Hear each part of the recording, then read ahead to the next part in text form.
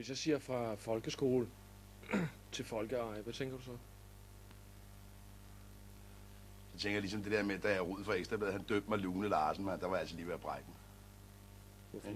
Folkeeje, du ved. Det lyder så klæbrigt. Altså, jeg opfatter det ikke på den måde. Det er som Peter Ingemann siger, at vi tager ud og spiller, du ved, og en gang imellem så klapper de hele vejen rundt, og en gang imellem så råber de bue, ikke? Men vi spiller det samme. Vi laver det samme hele tiden. Sitting in my tippy all night long. I'm an old hippie, sitting in my tippy, sitting in my tippy. For hippie fashion, hippie fashion, hippie fashion.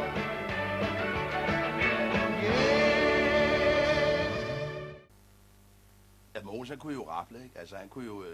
han synes, vores melodier, de var helt out i virkeligheden. I virkeligheden, så var han til sådan noget røde kro, ikke? Det var den lille hul, der vilde. Og så sang han i virkeligheden sådan nogle, så rejste han sig op lige pludselig, når han blev grebet, ikke? Og så begyndte han at... den lille hul, og så fyrede et eller andet af, ikke? Så sad jeg bare og skrev ned. Og så havde jeg måske 2 linjer, ikke? Og hvis det var et vers på 4 linjer, så kittede jeg den selv sammen med 2 til, ikke?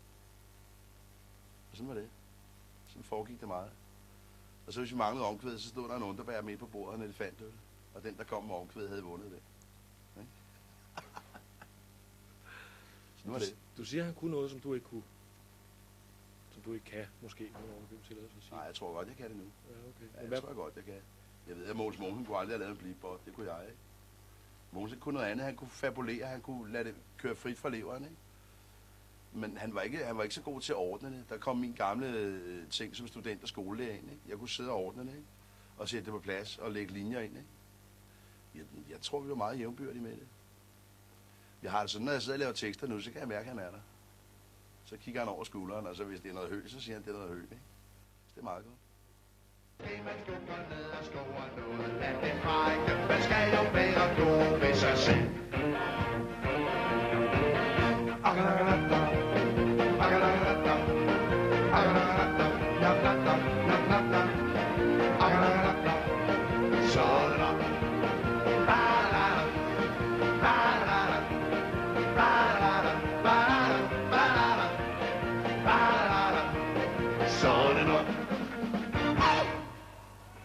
Altså jeg mener, jeg savner nogle folk af Hørupstøbning.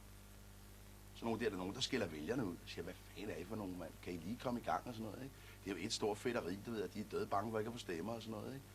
Og det bliver sådan noget, ligesom hvis jeg skulle lave en plade, så lavede forbrugerundersøgelser, om de nu synes, at sangene var gode nok, ikke? Det kan man jo ikke. Det kan man altså ikke. Man må stå for det, man står for, ikke? Og så må folk æde den eller også lavere, ikke? På Åge Abe laver du Elefantens Vuggevise, og jeg har lagt mærke til, at du laver lidt om på H. Lunds. Du siger næredukkedreng. Mm. Ja, oprindeligt er det en næredreng, ikke? I morgen så får du en næredreng, ham kan du bruge som rangle, ikke? Og dengang, da den sang blev lavet, der var der jo ikke alle de racistiske over- og undertoner i vores samfund, men det er der jo nu, ikke? Og så jeg en ny oversættelse, eller en gendækning, der havde de skrevet, i morgen der får du en, pokker var det, et eller andet, kokosnød, tror jeg. Den kan du bruge som rangle, ikke? Og det synes jeg også, det blev sgu for kedeligt, ikke? Den må godt lige komme lidt derud af, ikke? Så jeg nærdukkedreng. Det lyder godt. Det er altid det vigtigste, om det lyder godt, ikke? Og tænker, den kan lige gå. Nikkerdreng lyder ikke godt. Nikkerdreng? Nej, det kunne jeg aldrig. Den bruger vi aldrig tage imod. Det vil jeg ikke. Nej. Det er et fælt ord. Blandt civiliserede mennesker. Det vil jeg nok sige. Racisme. Hvad fanden er det, der sker? Det ved jeg ikke, det. Jeg aner det ikke. Svært at sige det. Men du... Man kan sige det på den måde, at det ligger i os alle sammen. Så er det bare et spørgsmål om, hvorvidt vi vil lade det slippe ud eller ej. Ikke? Altså jeg oplevede, da jeg boede i New York, der boede der en tyrker nede i stuen. Han var vicevært i opgangen, ikke? Den mad, han lavede, og hans børn og hans kone, jeg kunne ikke fordrage dem, eller jeg kunne ikke fordrage ham, vel? Og så på et vist tidspunkt sagde jeg, de forbandede tyrker, så sagde min dame, det troede jeg ikke, jeg skulle høre dig sige nogensinde. Og der blev jeg flov. Så det er i virkeligheden et spørgsmål om, hvad man tillader sig selv, ikke? om man vil være et civiliseret menneske, eller om man vil, altså, om man vil lade sig lede af den dårlige side i sig selv, ikke? Fordi den tror jeg, vi har alle sammen. Det var ligesom min mor sagde til mig, da jeg voksede op, så sagde hun, hellere falsk beskedenhed end ingen beskedenhed. Og det synes jeg er rigtigt. Det har meget med vilje at gøre. Man kan ikke bare sige, nå ja, du ved, så har jeg svært ved at klare ham der, fordi han kommer derfra, eller sådan noget, vel? Man må også sige til sig selv, jamen, det vil jeg ikke tillade mig selv. Det er et spørgsmål om dannelse. Du skrev engang en sang, som gik på, det er en kold tid, vi lever i, og den citerede statsministeren, den daværende statsminister. Ja. Hvordan opleves det at blive citeret af en statsminister? Det var da meget ærefuldt, det må jeg da sige. Jeg rødmede, da jeg glæde. Altså, forfængelig er man jo. Ikke? Så nu er det.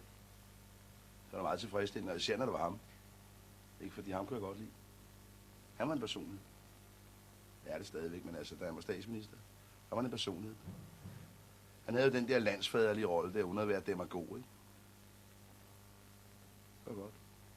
Så det havde været noget andet, hvis det var en anden politiker, som havde brugt... Hvis det havde en, jeg ikke brød mig om, så ville jeg jo nok have været lidt flov, ikke? Det vil jeg nok sige.